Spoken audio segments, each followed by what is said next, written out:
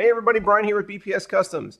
The last episode of the best PC you could build for this year is going to talk about the kind of system I probably get asked about more often than any other. It's an achievable goal for even a novice builder with a moderate budget and leaves plenty of upgrade room for the future. This is the best PC you could build for $500.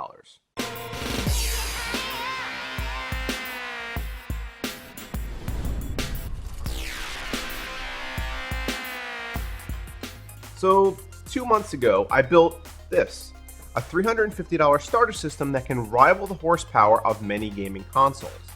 It's perfect for the beginner, the person who still isn't really sure if this whole PC thing is for them, but wants to give it a try.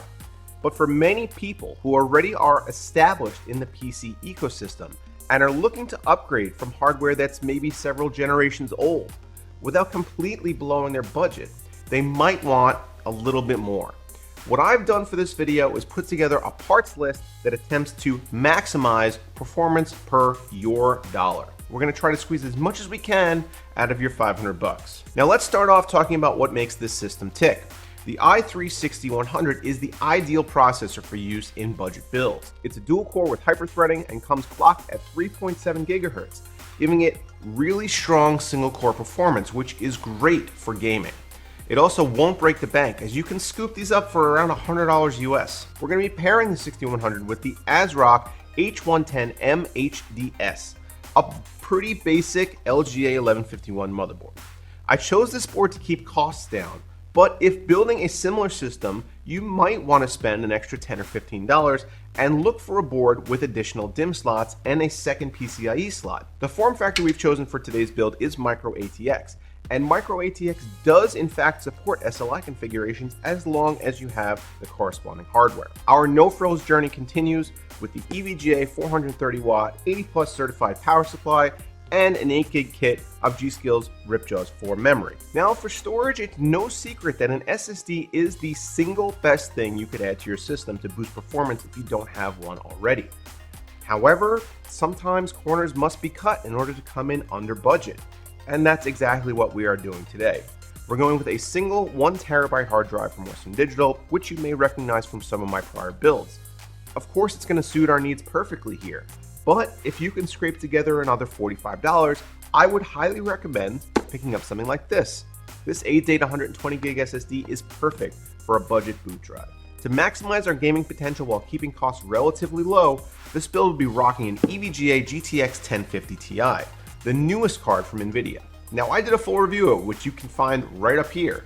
But the bottom line is that this is a great little 1080p card with 4 gigs of frame buffer and moderate overclocking potential. All of our hardware is going to be housed in the Fractal Design Node 804, a cube enclosure that's perfect for home theater PCs or small form factor builds. It has all of the trademark Fractal Design features and rock solid build quality you expect from them. And I'd like to say thank you to Fractal for sending this over to me for this build. I guess that's about it, guys. Let's get to work.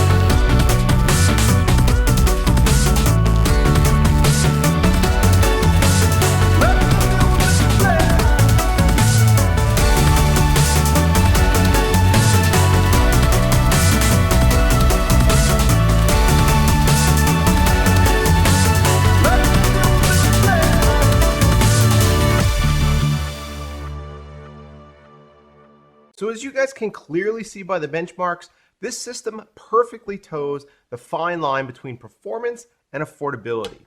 Even as we're seeing 1440p and 4K monitors become more and more prevalent, by far the most popular resolution for gaming, and one that still provides a fantastic experience, is 1080p. There's nothing wrong with making this your goal if you don't have a sky-high budget and the desire to rebuild your system with every product update cycle.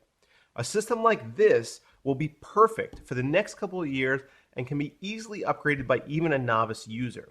Packing in an SSD and maybe upgrading the graphics card next year at Christmas time will extend the life and boost the performance of this system. And doing so will keep it relevant for a long time. So that's it for this episode, guys. January is looking to be a hugely busy month for me. And right now the schedule is for me not to do one of these builds next month. But stay tuned for wall-to-wall CES coverage, the completion of Project Sunrise, which you could find part 2 of right up here, and all the new and exciting products I'll be covering as they come out next year. Thanks for watching as always, guys, and I'll see you in the next video.